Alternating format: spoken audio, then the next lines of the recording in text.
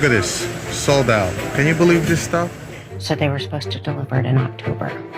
This is going to be an update on the kettlebell shortage of 2020. I just want my shoe. Give me my shoe, please. Then it was supposed to be November.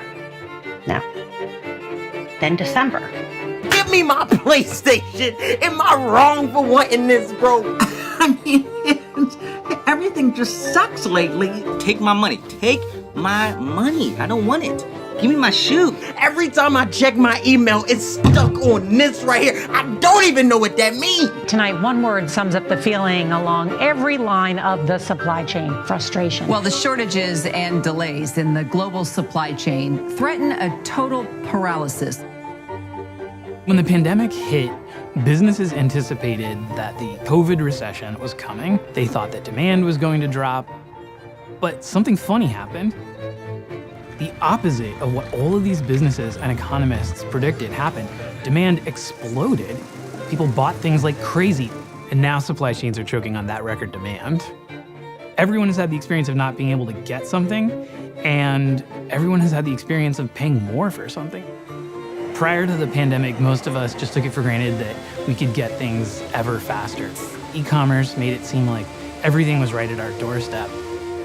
But that obscures what was a 14,000-mile journey halfway around the world. It took months, and when you add up all the automation, all the algorithms, all of the hundreds of people who had to touch those goods or transport them in some way, it's in total one of the most complicated endeavors that human beings ever engage in, and yet it happens millions of times per day, and we take it for granted because all of that has been rolled behind this ultimate convenience of just one-click e-commerce shopping. But the pandemic showed us just how unsustainable and unrealistic that expectation is.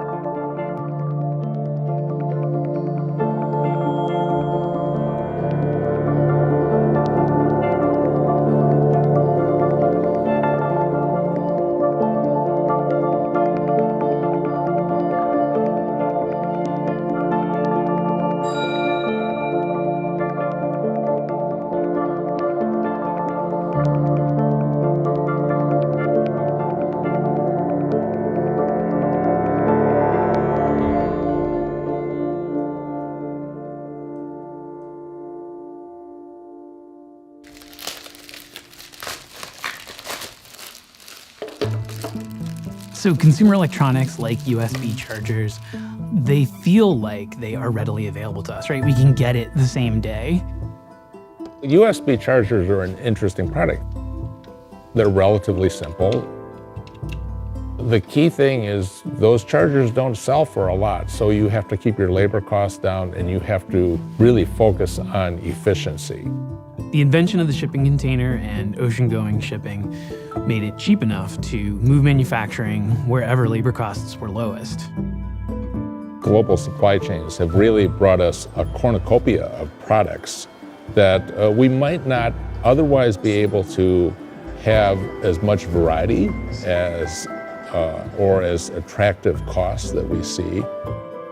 When you buy a product off of a store shelf or online, that's actually the tail end of a journey that might have begun a year ago in a factory that might be half a world away.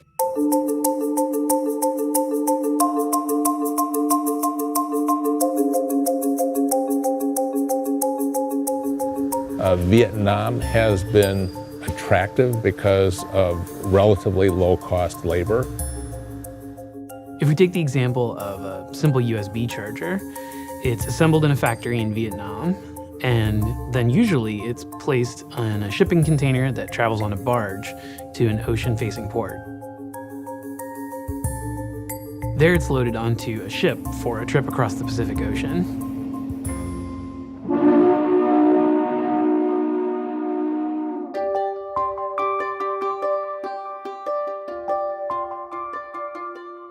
The trip across the Pacific Ocean can take anywhere from 20 to 30 days.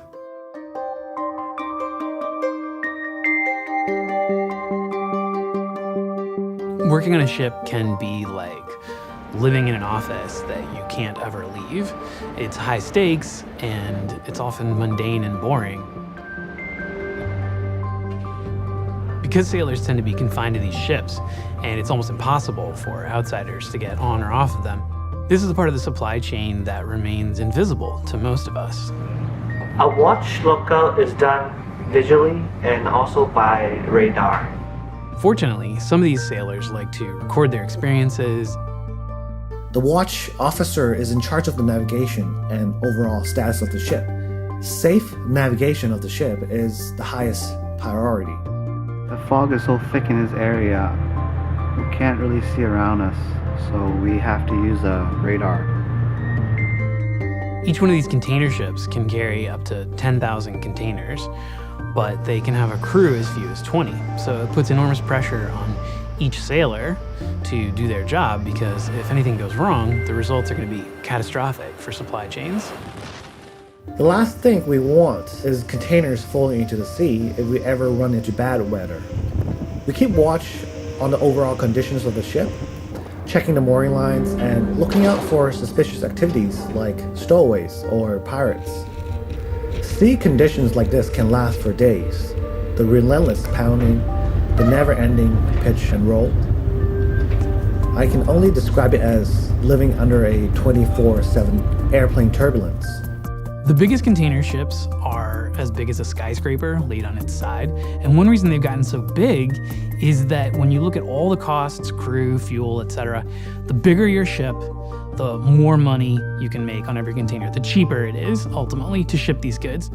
But the bigger you make these ships and the more efficient you make these supply chains, the worse things go when there's a bottleneck at one of these single points of failure. The 400-metre-long Ever Given got stuck on Tuesday morning, running aground in high winds, reportedly after a power failure on board. More than a dozen ships are waiting to pass through the Suez Canal. That's one of the world's busiest trade routes. And each day of backlog, more than $9 billion worth of goods is stuck. And that translates to about $400 million an hour. More and more shipping containers have been flowing toward us from Asia. And of course, we're not really shipping stuff back.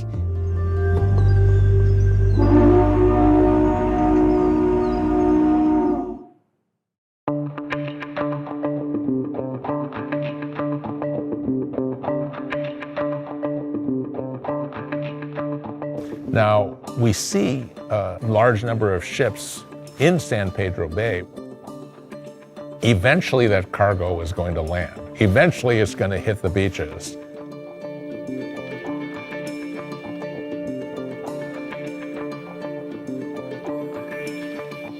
As ports get bigger, as more and more flows through the biggest ports, they become single points of failure in a global supply chain that used to be more robust.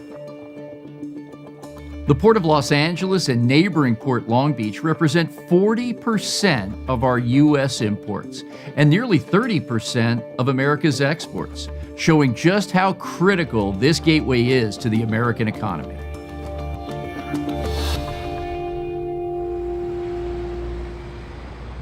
We have more than 15,000 international longshore and warehouse union members that work on the docks. My job as a longshore worker is to help in the operations that move cargo through the terminals on Long Beach and Los Angeles ports. What I typically do is drive a UTR. That stands for Utility Tractor Rig. It's just kind of a compact truck that's strong enough to haul the tonnage. So what I do is I take cargo from point A to point B to a designated spot out in the yard to be stacked for outside truckers to come pick up to take to the retailer's destination. We've been averaging 900,000 container units for 14 consecutive months. That used to be one really good month in our peak season. We use these giant ship-to-shore cranes to unload containers. Typically it takes 3 to 5 days, but with all of the problems we're having right now, productivity is suffering big time. It's taking up to 2 weeks to process a ship that would typically take 3 to 5 days. Once a container's on the dock, a mix of humans, robots, and software is going to be picking it up and moving it to stacks of containers inside the port itself, where it's going to be sorted and resorted so that it's available for trucks or rail that are going to move it out of the port. There is no room. We've gone even higher in the piles for our ground cranes to have to dig through, and we've also used every square inch available on our ports in order to put containers, and it's very, very hard to move them in a timely manner. Ports are in some ways amazingly democratic places, which means that they're often very contentious places. You have the longshoremen, that's an extremely strong union. You have the terminal operators, you have the city of Los Angeles or Long Beach who actually owns the port. You have the ships coming in, and finally you have the drivers who are picking up shipping containers from the port. If you want to make a change, like maybe you operate the port 24 hours a day because you're trying to eliminate a backlog, nobody owns that entire system and can just dictate that that happens. There has to be consensus, and consensus with these groups of people is very difficult. Congested ports and higher shipping costs have threatened to derail our nation's economic recovery. After weeks of negotiation, the Port of Los Angeles announced today that it's going to begin operating 24 hours a day, 7 days a week. It does no good to keep a terminal open 24 hours a day in the hopes that truckers will come pick up a load at 3 a.m. Because if they do, they have to bring it somewhere. So not only do you have to get a trucker who's willing to come at 3 a.m., he or she has to bring it to a distribution center, and that distribution center has to be willing to accept the load in the dead of night. We're going to try everything. We're increasing our gate hours, number of days that we work. We're going to be working overnight where required, but we're also asking others to step up too and trying to find new ways to move cargo out. We can't be a one-man show when it comes to 24/7 operations. We're depending on the terminal operators to order the work and the rest of the supply chain to also open 24/7. When we get full on the docks, that means everyone else is not functioning properly either. And we really can't do anything about it until the other aspects of the supply chain start functioning properly. When there's congestion in a port like this, it just reverberates, and the congestion gets worse and worse. The more that shipping times slip, the fewer ships there are to take empty containers back to Asia. So the entire system is like a traffic jam. You know, what starts as one person gawking at an accident pretty soon turns into standstill traffic for 2 hours for thousands of cars.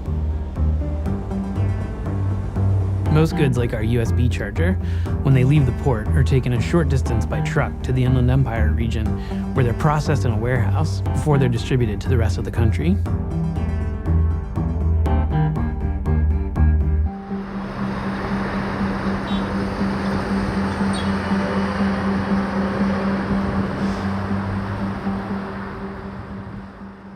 After our USB charger is unloaded from a shipping container, the next leg of its journey is by long-haul truck.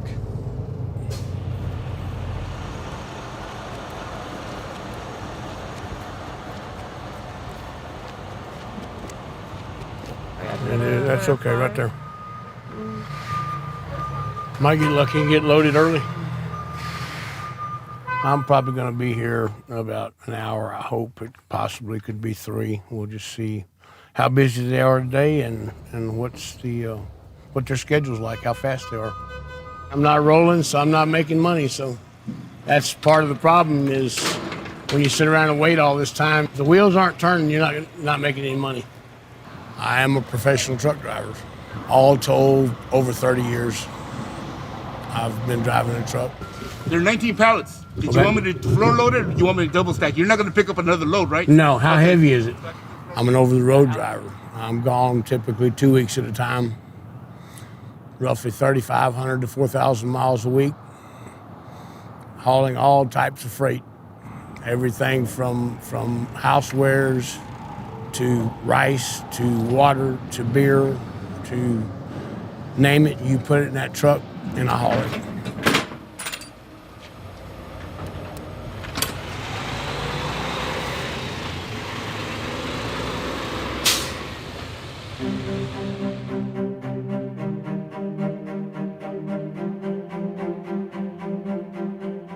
The major strain on the long-haul trucking industry is that there aren't enough drivers willing to do the job in America. Now the American Trucking Association has projected that by 2028, America is going to be short 160,000 truckers. You're talking about an $800 billion a year industry. It moves 70% of the freight in the United States by value, according to the Department of Transportation. And without it, we'd have paralysis. You wouldn't get the things that you're accustomed to on store shelves, nor would you get them delivered to your door. I began studying the industry 15 years ago. I was looking at the labor process and the work that truck drivers do and what had happened to it since deregulation of the industry in 1980. The current driver shortage has been talked about by the industry since at least 2005. The issue with the truck driver shortage is not one of a lack of people who have been interested in this job, have gone through the trouble of getting trained for this job. It's really a shortage of people willing to do that job long term. And that's fundamentally a retention problem, not a driver shortage. Well, here we are. Nice backup. Appears to be a wreck up here. This could be a long time.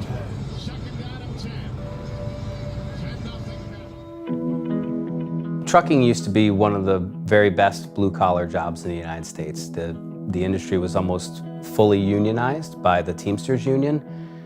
Unionized truck drivers were making up to 20% more than even unionized steel workers or auto workers. It was one of the best jobs you could get, and when you got one of those good jobs, you were likely to stay in it until you retired. And what happened was the industry was deregulated. In 1980, the union was pushed out of the big segments of the industry, and wages and working conditions followed. Truck driving is a blue-collar job. There's nothing glamorous about it. You know, most of the common person thinks, oh, anybody can drive a truck. They don't take into consideration you're gone from your family. You work long hours. I typically work a 14-hour day. My pay structure is everything is based off of a per mile basis. You have to manage your available time to drive to be able to make that and still take your 10-hour break. How long are you gonna wait to get loaded? How long does it take you to get loaded? Your clock is running and you're losing time that you can drive.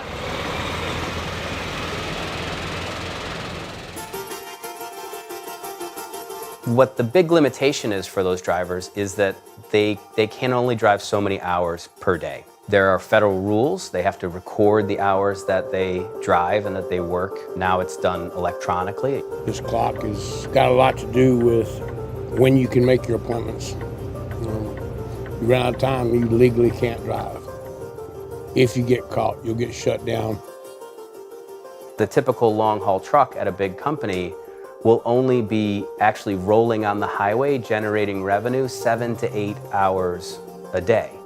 Another 7 hours or so of that day, they'll be waiting, they'll be performing other kinds of unpaid work, and then for 10 hours, they're required to take a break. You're not paying the driver for the vast majority of that time. You're really only paying them for the time that they drive. New drivers might end up getting paid somewhere in the low 30s in cents per mile. What that means in terms of total income is that a new driver might earn somewhere around $40,000 to $45,000 today, and in many cases does not work out to minimum wage. Better paid drivers in that long haul segment can work their way up to $60,000 or so. An experienced driver for better companies can easily make more than $100,000 a year. There are about 3.5 million truckers in America. There are 10 million people in the United States who have the kind of commercial driver's license that would enable them to drive a truck. So that's a measure of the number of people who've already churned through this industry.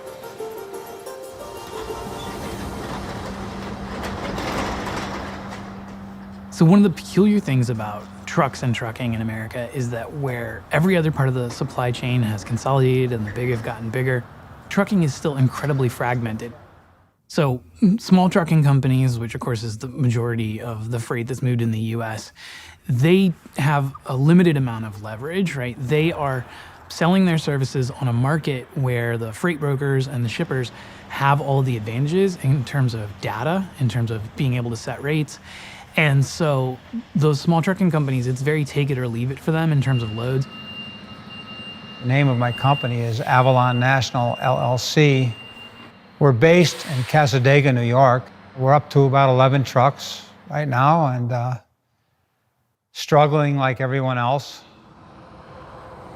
The driver turnover, ours is getting higher now because we lost a few good drivers and we can't replace the good drivers that we lost.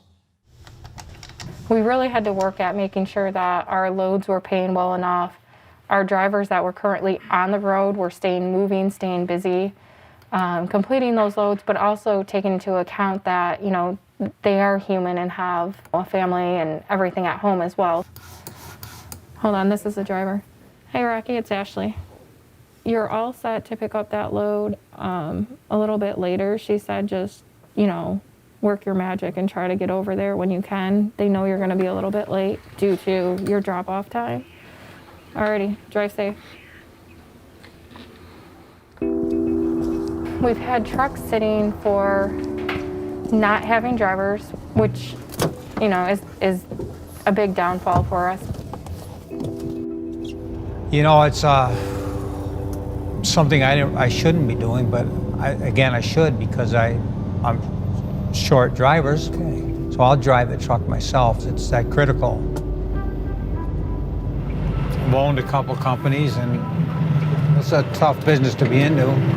There's times I can't even get back to sleep. I wish I could, but I can't. I just got too many worries all the time. To recruit more drivers, we've increased our pay to 71 cents a mile. That's very good pay today, 70 cents a mile. We're trying to get our benefits a little bit better.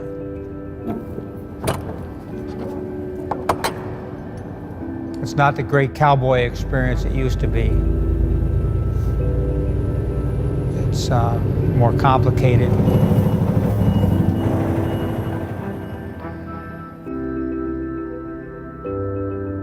The laws, the regulations put you up against the wall to be able to meet not only your deadline or your appointment to get your load delivered, but now you're fighting the clock in order to have a place to stay safely at night. There's not enough room to park all the trucks on the road for a 10-hour stretch of time. So if you don't get parked early, you don't get parked. Or you can be like some of these guys that just pull over on the shoulder road, which is extremely dangerous to do.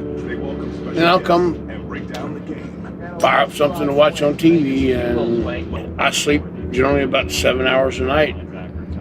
So by the time I eat and watch an hour or so of TV, I'm done. New oven-baked dips are so new that we made a new commercial about their newness. Try new flavors like our cheesy marinara, baked apple, or hot melty pie.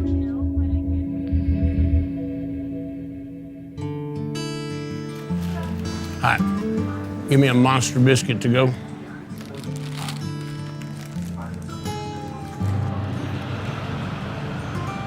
I'm probably running as hard or harder than I've ever ran in the whole time I've been driving the truck. I'm 62 years old and I'm trying to last until I'm 70. Lord willing, my health holds up, I'll make that 8 years. So the stakes here are incredibly high. The average truck driver is aging, they're not being replaced. If these dire predictions hold true, within a decade, we'd be looking at something like paralysis for the trucking industry. This is really important right now because we're at this transformational period. We're moving from the big box supply store to increasing e-commerce shipments. And e-commerce is way more dependent on transportation than the big box supply chain. the ease of shopping these days, online, Amazon, those kinds of things, where you get on your phone and you can, for Christ's sakes, literally buy your groceries. You're gonna get it one way or another. How much are you gonna pay for it? You know, how long do you wanna wait for it? In 2021, people are not real patient for waiting for what they want because they're so used to being able to click, click, click and have it on their doorstep tomorrow. But everybody needs to remember that no matter what you got, it got there via truck. So when our USB charger is on a truck, its next stop is inevitably going to be some kind of warehouse. It's often, if you're talking about e-commerce, what's known as a fulfillment center.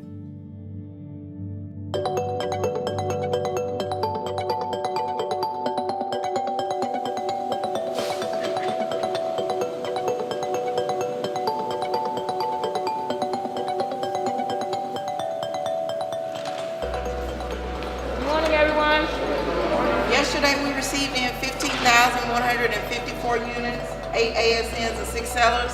Come on, right up left. 1, 2, 3, 4, 5, 6. 1, 2, 3, 4. As with trucking, working in a warehouse is a physically demanding job.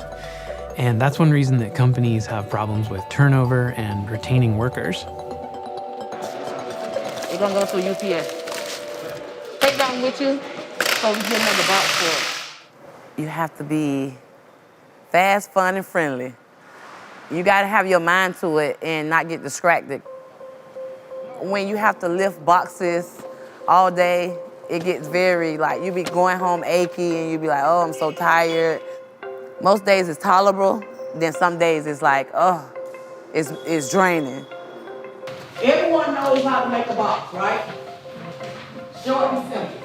So everyone knows this is the bottom of the box. All of them are brand new. All of them are getting officially onboarded in anticipation of working either tonight or tomorrow night. People we probably reached out to yesterday. So you're literally talking from recruiting to onboard being on the floor in 3 days now. And if I could go faster, I would. The shift to e-commerce means that even before the pandemic, the fulfillment center industry was struggling to find the space and workers to keep up. The COVID-related spike with e-commerce and direct-to-consumer has absolutely blown up our business and our entire industry. And what's happening is it's a little bit like a snake eating a deer. Your supply chain is the snake, and the supply chain has got this big bulge that's going through it as it's being processed. We kind of anticipated the bulge coming our way. Yeah, I'm nervous because there's still more constraints. It's not one deer that the snake is swallowing, it's a lot of deers, right? In its simplest form, a truck will deliver product to us. We will count that product. We will verify that product. We will put that product away into a storage location, and then we'll wait for an order. An order will come. We'll pick that product. We'll package that product and then tender it to the appropriate carrier. So you have in and you have out. If the in is greater than the out, there's only so much space that the warehouse can manage.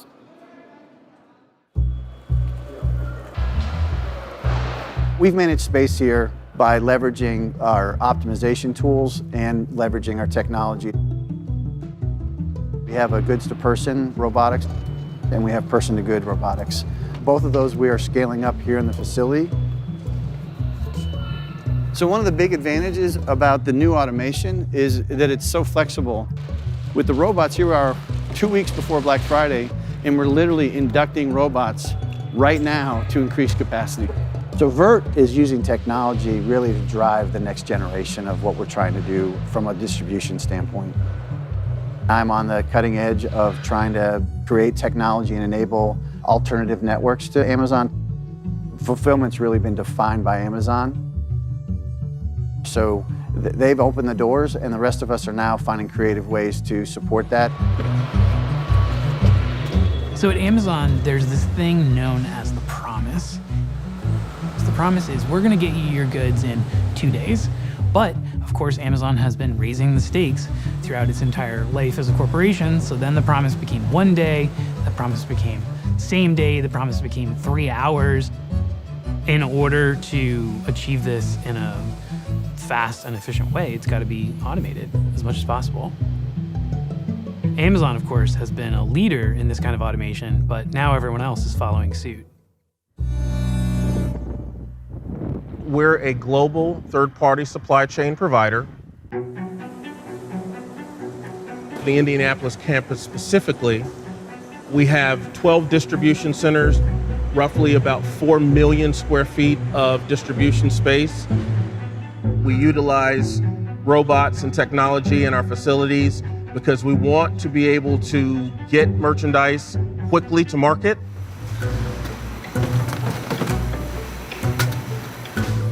So that Bombay sorter is critical within the process of what we do. From the time that we brought the Bombay sorter online to now, we are moving merchandise much faster out of that facility because of that level of technology. Another piece of technology that is critical is the robots. These robots basically allow our teammates to pick much faster, pick safer, and be able to walk less within the facility. If you look at how we used to pick manually, we were picking about 70 units per hour, and now with these robots, we're picking 140 units an hour. There's a speed component, obviously, but we definitely keep those capped at a certain level because it all comes back to safety. You don't want a robot being at an extremely high rate, which could have eventually caused some type of safety issue within a facility. It's to coexist with the employee, not to overtake the employee within the facility. The introduction of technology can reduce the amount of walking and heavy lifting workers in warehouses need to do, but it can also increase the pace and the repetitiveness of their work. So how the tech is being implemented in each warehouse matters. Management sets the pace of the robots, and that determines the pace at which humans have to work in order to keep up. A UC Berkeley report found that the introduction of technology and the way it speeds up work can lead to more turnover and burnout.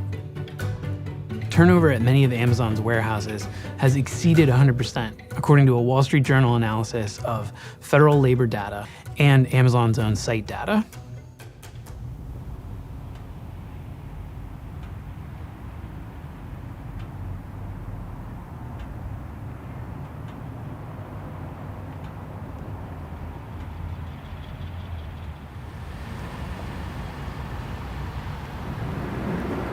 Well, just finished a nice 12-hour long shift. So I'm going from work, Amazon warehouse, MSP1 in Shakopee, Minnesota, home. One of the downsides to working till 6 a.m. is the sun coming up, at least when you want to get to sleep. I was a stower and then a picker for, 2.5+ years.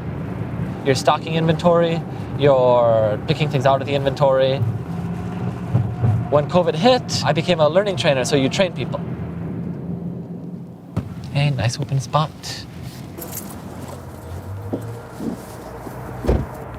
Good morning. Some of the things that I train people on are like how to access a robotics floor safely, how to fix individual pieces of equipment. I've worked at Amazon for 4 years now. When I first started, my feet hurt. I would get blisters. Blisters suck. After a long work week, you will quite literally feel hungover the day after. Like just from the long hours, like I feel kind of hungover right now from all of the just stress and strain that's put on your body.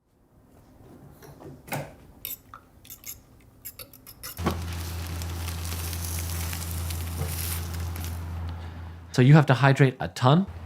You need to get whatever sleep you can. When I started working at Amazon, in the first month, I lost 10 pounds. So I had to eat a meal before work, first break, second break, third break, and after work, just to keep my current weight. You have to make different adjustments like that to your life to make sure that like you can physically make it through.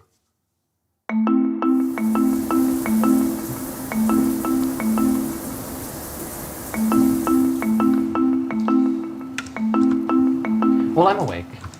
At least today is my last shift. So tomorrow I'll be able to bring your mail over. Love you, Grandma. One of the positives, the golden handcuffs that a lot of people like that keeps them there in spite of the negatives, there would be things like health insurance.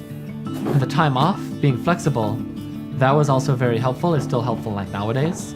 So like if you have, you know, family commitments, or you're trying to go to school, like I help my grandma all the time. It's really helpful because you can use some of that time off to make that work with your Amazon schedule. You'll either mature in how you handle things to be able to handle different situations more effectively. You know, otherwise you're just going to burn out.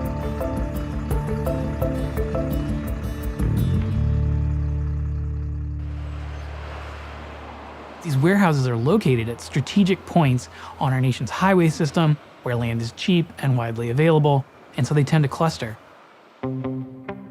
So workers there actually have a lot of leverage, or more leverage than they used to, because they can just go to wherever is offering the highest wage. Okay, so we're gonna have to repalletize those so they can all sit at To the same way? yes, please.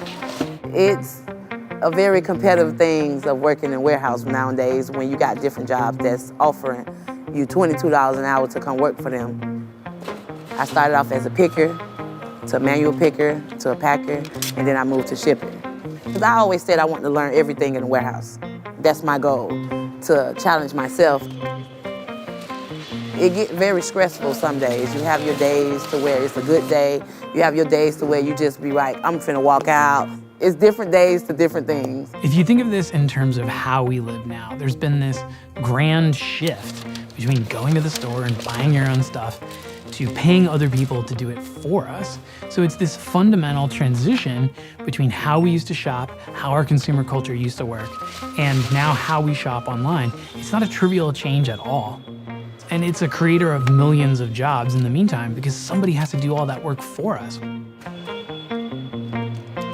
If labor continues to be a challenge, we'll continue to optimize through automation and robotics to offset the labor issue. But the reality is that the cost of fulfillment will go up because the cost of labor will go up.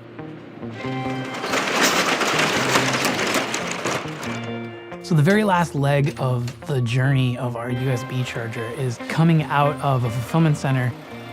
Then it's gonna end up being loaded onto a truck at what's known as a delivery station, and that truck is what will carry it to its ultimate destination, you know, a business or your house.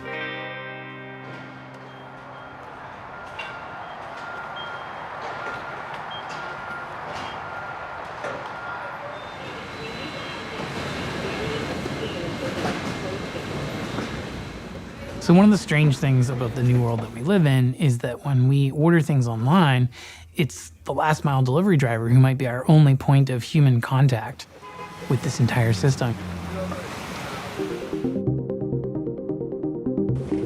We might even know our local UPS driver or our local postal carrier because they tend to have very consistent routes.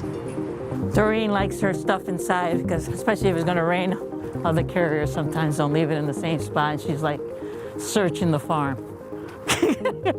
So I try to be very consistent every day.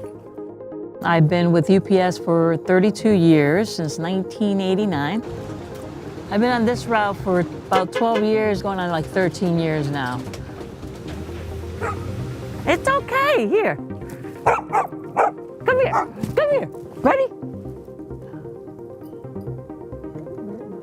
I know, see? Everything's all good now. The primary strain on last mile delivery is that we want so much of it. Even before the pandemic, the challenge was how to hire enough workers to drive all of those delivery vans. If you could transport yourself back 10 years and imagine the packages that you received at home, they tended to be relatively high value goods. You might have legal paperwork or electronics or some highly valued item that, you know, was sent to you, and most likely you had to sign for it. E-commerce requires a much cheaper system. So the folks who actually do last mile delivery, they, just like warehouse workers have to work to a very high standard. They have to work at a very quick pace. So typically at a place like UPS, they're training these drivers to economize every single action. You have folks who have to operate like industrial athletes because they have to move so quickly and so efficiently, while also, of course, navigating the hazards of America's roads.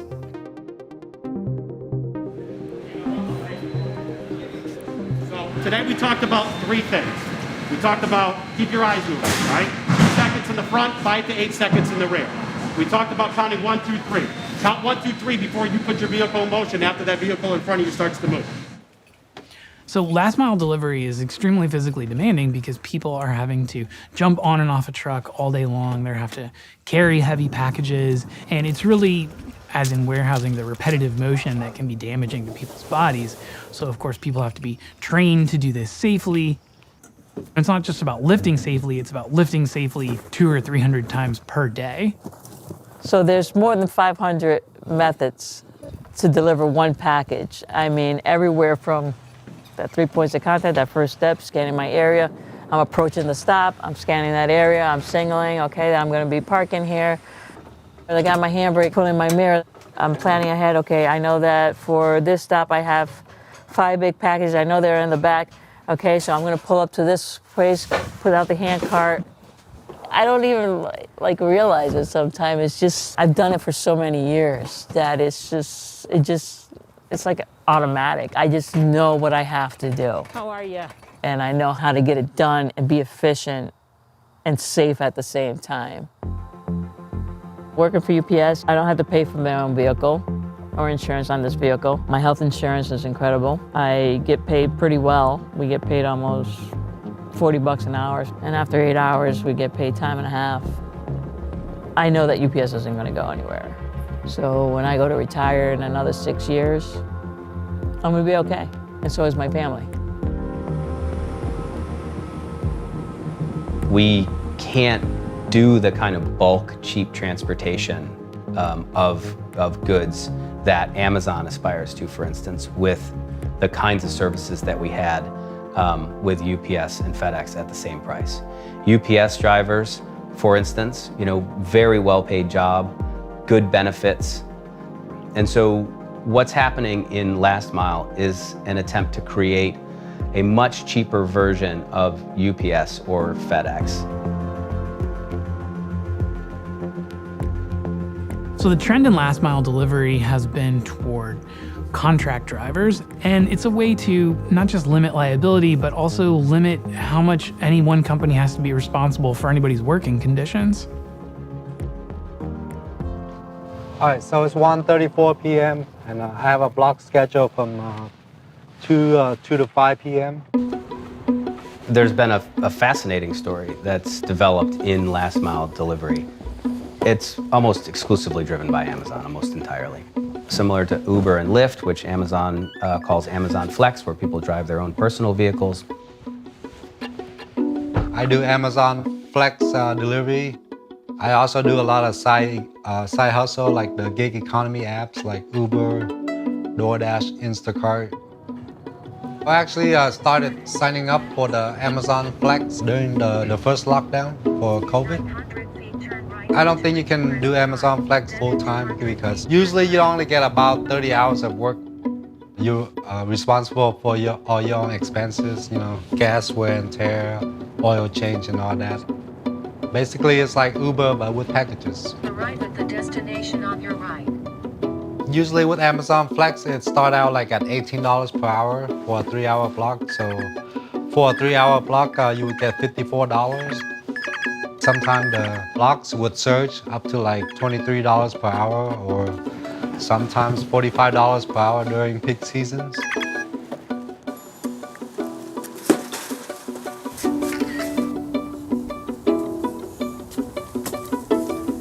It can be lucrative if you're willing to be patient and leverage all the surge. Peak season is definitely here. So this block was 3.5 hours for $157.50, fam. That's the biggest 3.5 hour block pay I ever seen. That's like $45 an hour. Mostly I get country routes. From one delivery to the next is about 6 miles. I've been putting a lot of miles on my car. As far as physical work, a lot of time is light envelopes and just a lot of driving. It's usually the different route every day. I think it's inefficient because you don't really get to learn your route or your delivery area. In order to keep up with its own demand for last mile delivery, Amazon had to create a last mile logistics network just like UPS's or FedEx. But theirs consists of subcontracted local delivery companies that actually own and operate the Amazon branded vans. And so what they've moved to is a relatively unique approach, which is a kind of franchise. And so now you can buy 40 vans from Amazon or lease them as an entrepreneur. You can hire up to 100 drivers in what they call a DSP, Delivery Service Partner. And then Amazon does all of the planning. So they put all the packages together, label them, plan the route, and then your drivers of your franchise will take a van that you own with an Amazon logo on it and drive to the fulfillment center, load it up, and then follow the route that Amazon provides on their phone. I've been working with Amazon Flex for about 2 years now. I also used to work with Amazon DSP for about another 10 months. Driving the blue van I think it's a very physical job. Sometimes you have like 200 stops and 300 packages in like a 8-hour or 10-hour shift. My most ever stops in one day was like 240 stops. It is what it is. Do your job. Make sure you come home in one piece. You have to be on pace with the Amazon's expectation of 20 stops per hour. So one of the effects of using subcontractors in order to do your delivery is that when drivers are pushed to make more and more stops per day, if that leads to an accident, then the parent company is shielded from any legal liability. And I think that'll be the central question of the next, decade or so for Amazon if they continue on this model is, what responsibility does Amazon have for those workers and what they do out on the roads?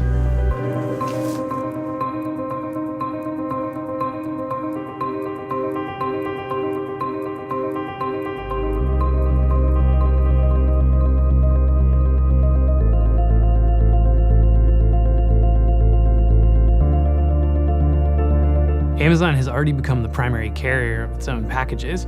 Now it's touting that it expects to beat UPS and FedEx at their own game.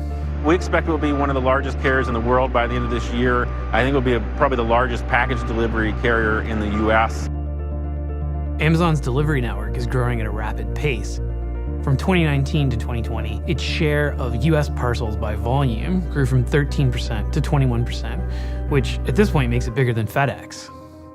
Last mile delivery work, which has been fairly high quality work until recently, is facing a similar kind of decline that long haul trucking experienced after deregulation. So the job's being de-skilled, workers are paid less and less over time, and it's causing very high levels of churn within subcontractors for major companies. We are going to need to hire hundreds of thousands of last mile delivery workers to meet the needs of e-commerce in the next decade or so. And we may have a shortage of those kind of workers in the future. When I was working for the Amazon delivery company, I didn't see any future or any career advancement, So I just quit. I really like the Amazon Flex work because it gives me a lot of freedom to choose.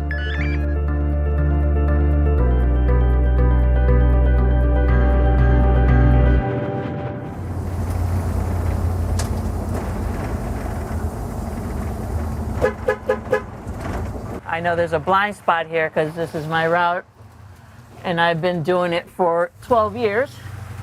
So I know all the little hidden things that I need to be aware of. So the very last leg of our journey is a human being picking up a box and walking it to our front door. And our entire involvement with the supply chain up to this point might have been as minimal as opening a website or an app, clicking buy now, and then that product arrives the very next day.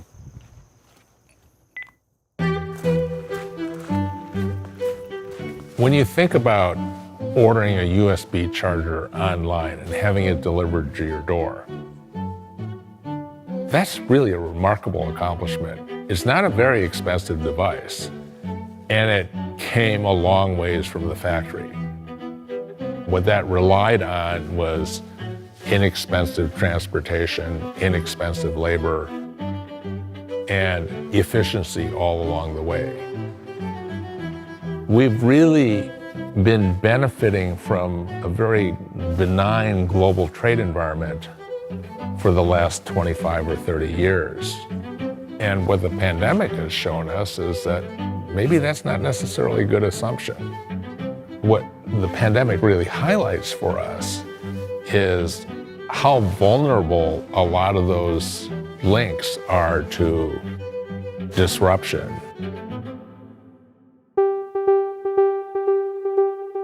Consumers are finding themselves having to adapt to the frustration of intermittent shortages, not being able to get what they want because one thing or another can't get through the supply chain. Beyond shortages, obviously one of the biggest impacts of supply chain issues are increased prices. It's difficult to predict the persistence and effects of supply constraints, but it now appears that factors pushing inflation upward will linger well into next year. Challenges in supply chains make it difficult to fight inflation with the usual tools, which is adjusting interest rates. The most powerful financial institution in the world is telling us that interest rates aren't necessarily enough to deal with all of this inflation. As a result of these supply chain challenges, companies are rethinking where things are manufactured and how far they have to travel in order to get to us.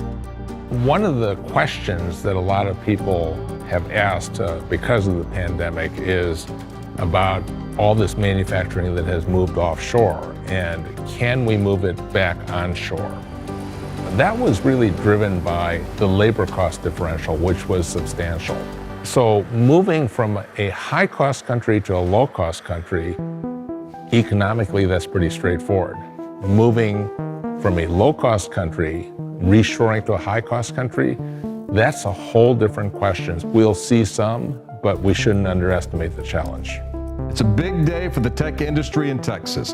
Samsung officially announcing it's bringing a $17 billion semiconductor factory to Taylor. Companies like Samsung have pledged tens of billions of dollars to build factories for manufacturing microchips within the United States. Intel specifically has pledged $20 billion to build a facility in Ohio. This is a major win for Ohio, and it's really a game changer for our economic future. It shows just how big of a problem these supply chain issues are, and just how different the present is from any point in the immediate past. I think what we saw during the pandemic was an inability to rapidly shift to meet changing patterns in demand. The question we have to ask is it likely to happen again?